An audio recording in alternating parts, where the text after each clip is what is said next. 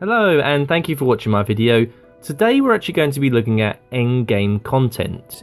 And for those of you who are wondering why I'm in Guild Wars 1, I'm doing this as a direct comparison as to why a lot of people in Guild Wars 2's community feels that Guild Wars 2's endgame content is lacking.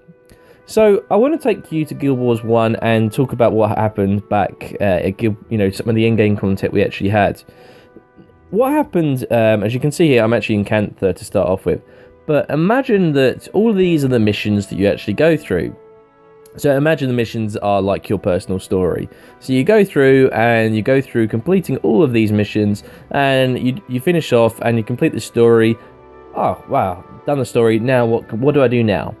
Well, if you're not interested in particular armor, this was the factions expansion, because Guild Wars 1 actually had a number of different endgame content, which can be accessed in Guild Wars factions. Now, first of all, one thing new that was brought in with factions were challenge missions. These type of missions were timed and gave you daily or monthly rewards, and that you could compete against other people. So we have Dragon Throat, and we also have things like Fort Aspenwood, and there's more, because I haven't revealed all of my character here, the Jade Quarry. These type of actually, Fort Aspenwood and the Jade Quarry weren't timed events, they were actually fighting against, sort of alliance battles. Zoshivrosh Channel was a challenge event, but yeah, so these type of events you would actually have. I don't think there's anything, there was nothing here on the main island. So what would happen, you would actually do the Dragon's Throat, you'd complete the mission, and you set a time, or you get a point score, and that would be up on a leaderboard, and then basically the other people would go through and fight them and try and beat your score. And that was something that was quite interesting and gave people a bit of a challenge, but that wasn't everything. Actually there was, I think it's Zinku Corridor, you can get access to the endgame content for Guild Wars 1's prophecies, and that was the Fissure of Woe and the Underworld. But that I'm just going to come back to a little bit later, because I am in factions and there is a reason why I'm here. Now, the reason I'm here is because there were two elite areas that were brought in that were pretty much, I think, that became the elite type of content for Guild Wars. And this was, if we come to the scroll trader here, Ergo's Warren and the Deep. Now, these two actual areas here were significantly difficult content, and you actually, to get there, you had to purchase a scroll. So what we're going to do, we're going to purchase a scroll, and there we go. So we'll buy that. So here we go. So we've bought a scroll, and what we're going to do, we're going to go to the Deep. Now, the Deep was a elite area. If we have a look here, you can actually have 12 party members. It was the only place in Guild Wars where you could have 12 people in your party. And one of the reasons is because you actually get split up into three, and you're in three groups of four, and you have to take out particular these enemies. And this was really, really fascinating, the fact that they split you up and then you have to work together and you fight some really, really difficult enemies in this. And you fought a big boss at the end of this, a guy called Kanexai. And Kanexai was one of those guys that drops special loot, and to get to him, you have to go through like 15 different areas. Or okay, the first 4 are sort of together, but you go through areas with different effects on you, and you have to fight all these aspects of Kanexai. And then you finally get to him, and he is a real difficult boss. And it was a really good boss, a really good fight to go through. Lore-wise, he's a demon, and nobody really knows where he comes from or his origins. And I'm talking more about the Deep because I never really did Ergo's Warren, and so I can't really talk about that. That was obviously it was split in two. You would have Luxon, and you would have what was the other one called? If we go to Hero Panel, Luxon and Kurzik, there we go. Kurzik was, if you were a member of the Kurziks, or your alliance, as we see here in my guild, the alliance is to do with Luxon, so I could come into the Deep, whereas Ergo's Warren was to do with all those people that were Kurziks, and they're like, part of the Kurzik alliance.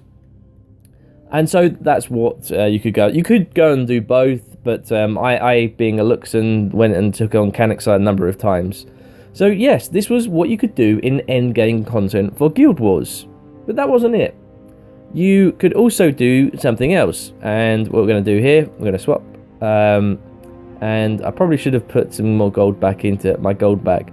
But let's go and have a look. We're in the Temple of Ages. Now, this is an area that actually still does exist in Guild Wars 2. It's actually been sunken, though. I think I'll still... Yeah, so I've got some gold on this character. Now, the Temple of Ages allowed you access to both the Underworld and the Fissure of Woe. And I wanted to show you how difficult the content was, because to actually gain access, you need to earn the favour of the gods, and that would allow you to enter these areas and the realms of these human gods. You had the Fissure of Woe, which was the realm of Balthazar, and you had the Underworld, which is the realm of Grenth. And each one of these were elite areas that would drop materials only available in these particular locations. Both these materials are in Guild Wars 2. Balthazar's Fissure of Woe would drop you obsidian shards. Yeah, I know you guys are all familiar with obsidian shards if you've made legendaries. And they were made in many different things, particularly the obsidian armor, which was an elite armor you could get in Guild Wars 1. In the Underworld, you actually had the option to get globs of ectoplasm. Yes, globs of ectoplasm did exist in Guild Wars 1 and were a very valuable currency. Pretty much so much so that people would do high-end trades for weapons that were over 100 gold or 100 platinum, because you could only hold that much in your bank. They would then trade in ectos, because ectos would be worth, say for example, 200 ectos would be worth more than 100 platinum, which, by the way, that is the main currency in Guild Wars 1.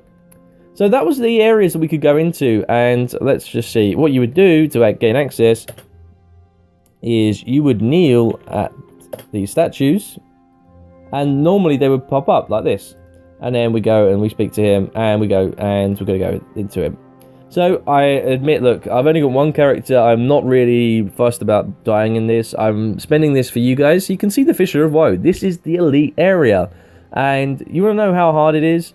Well, let's gonna go. We've got to do all these quests to unlock the Fissure of Woe, but straight away we've got 4 heavy mobs around us, and these are, they're 4 levels above us. They're really, really tough enemies to take on. We've got an NPC who could die, and not only that, let's go and die. So let's go and see what happens. So I'm gonna fight them, but let's look at how quickly I can die. They're really fighting. Oh, I'm dead, and there we go.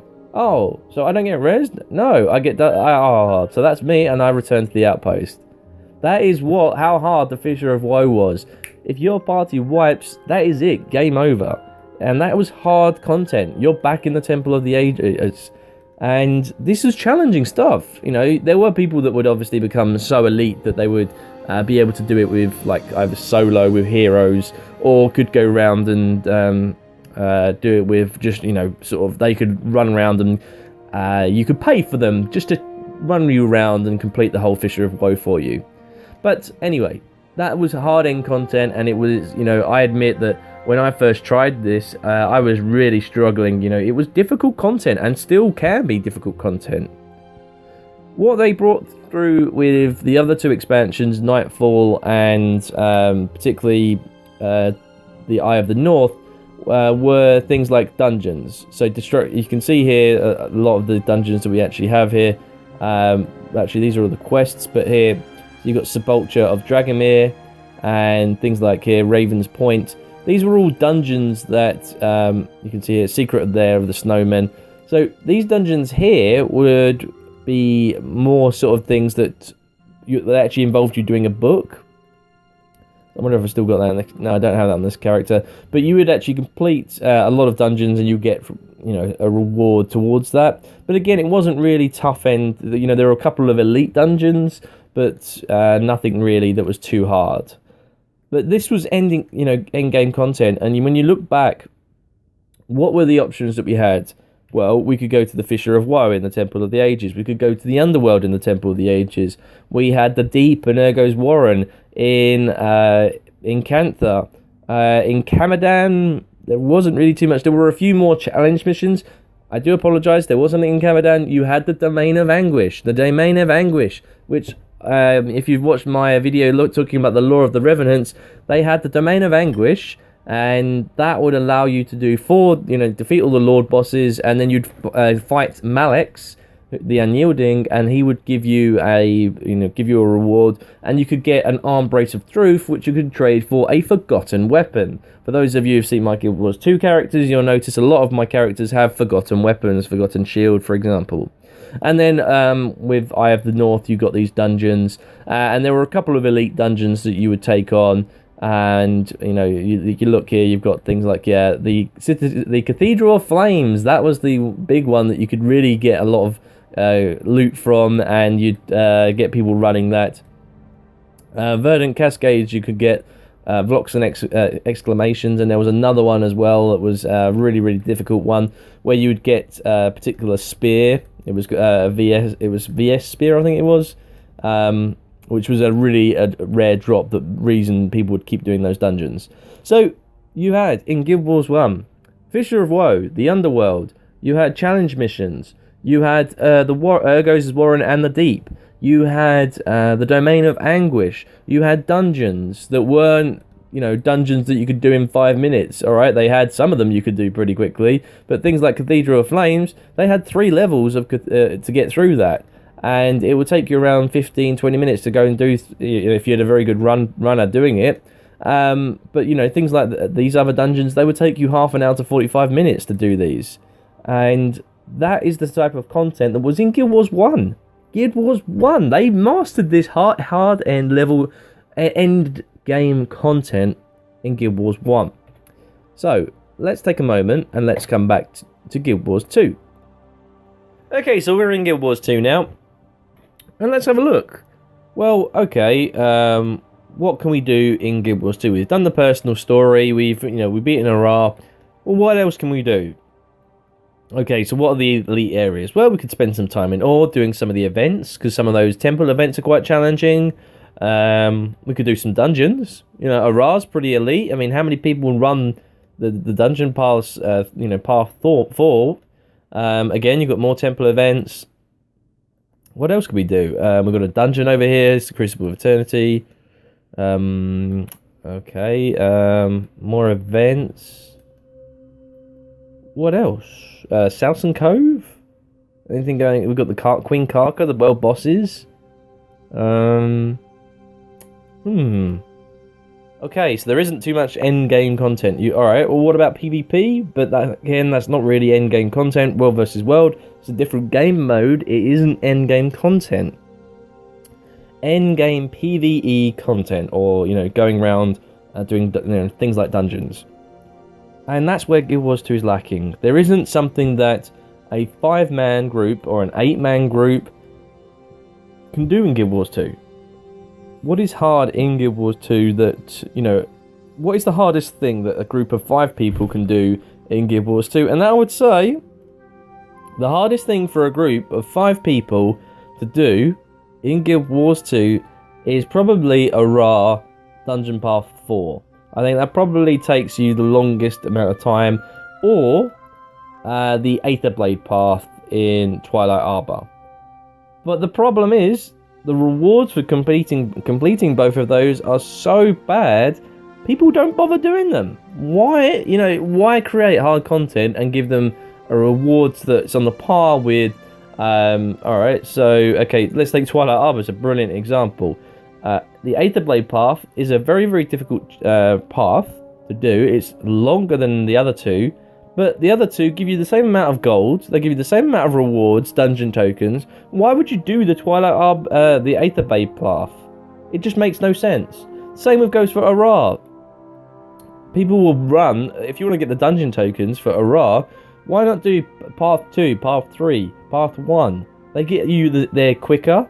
They are less effort, they're less challenging, but they'll get you the same reward. There is nothing in this game that gives you really, particularly endgame stuff that's really rare. Alright, let's look at the rarest things you can get. Tequattle's Horde. Okay, that's from a world boss. You can get the Jawmag. Jawmag's collection actually starts by defeating Jawmag. You've got some of these collection type events that you need for defeating the ogres. You can get Sam from defeating Foulbear Kral, you know, getting the event there. You've got the ability to get the Pendant of Arar, which can drop from in Malkor's Leap from one of the Eye of Zaitens, or in also in Straits of Devastation, the Eye of Zaiten, where he's in the catacombs. And these aren't 5-man events. These are Zergs. They're nothing, and that's the problem is it's pretty much a random drop of the draw. Okay, it's RNG, but the same as the case in Guild Wars 1. But, you know, where is the ability of going around in a party where you can keep going and doing it over and over again till you get the, you know, this special type of loot you might get? It just doesn't exist in Guild Wars 2. Is that a design thing because of ArenaNet? Have they said, well, we don't want that, you know, type of elitist content? But then, where else are we going to get it? Even in the Silver Wastes, there's nothing there. Dry Top, there's nothing there. What can guilds do? What can guilds do that, you know, is top-end game content that can get you rare rewards that, you know, you might not be able to do if you're pretty inexperienced? You need to go around in a group that know what they're doing. It doesn't exist.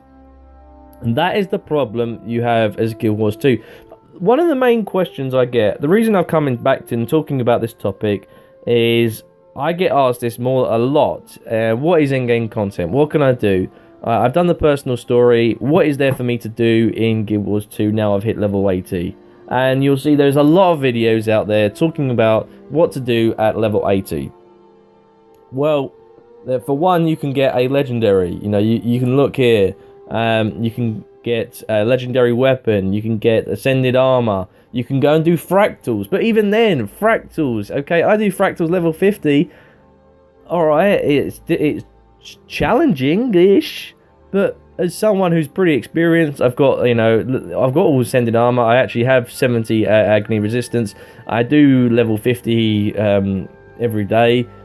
It really isn't difficult, honestly. If you've got a group that knows what they're doing, it's not challenging. I would say that is probably the only thing in Guild Wars 2 where you get special rewards. Fractal skins. That is it. That is the only thing in Guild Wars 2 that you can't buy off the trading post. It's the only thing by getting fractal weapons. I actually have a couple in my account, but if we have a look, I'm just wondering what I actually have. No, I don't have anything here.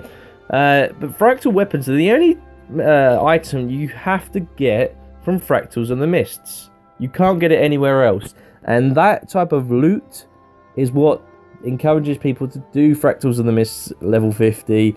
And for me, it's the closest thing Guild Wars 2 has to endgame content to match that of Guild Wars 1. And it's a problem that obviously I find ArenaNet, I think they've failed to, you know, take on board some of the criticism that's been leveled at Guild Wars 1. It's coming up to 3 years, and I think they had a lot of success with Guild Wars 1, and they failed to actually carry that on into Guild Wars 2 and bring in a lot of content that was really, really difficult, challenging, and worthwhile. Maybe with Art of Thorns we'll see something like that come back in, some high-end stuff, but will we? I don't know how difficult it's going to be. Anyway, if you guys feel that I've been a little bit harsh on this, if you feel that I'm not being harsh on Guild Wars and, you know, ArenaNet in particular. I feel that in Guild Wars 1, they did such a fantastic job with endgame content that I just find it really strange that it's not been followed through into Guild Wars 2. Please feel free to leave any comments, any, you know, sort of suggestions on this. I have gone through a bit of a rant here, but it's because I do get asked this a lot. What is there to do when you hit level 80? Endgame content, Guild Wars sucks, etc. I see a lot, you know, oh, your endgame content's really bad in Guild Wars. And I will say, Guild Wars 2 doesn't have too much endgame content, but there's other things it does have, and other things it excels at really, really well. And I think that ArenaNet are going to take steps to learn and to reincorporate things they had in Guild Wars 1 into Guild Wars 2. and that makes me really positive for Heart of Thorns. I do think that something will be coming. That is me being more optimistic rather than pessimistic. Go with a half cup. The cup is half full, not half empty. Anyway, on that note, as I said, feel free to comment. Thanks for watching. See you on the next video.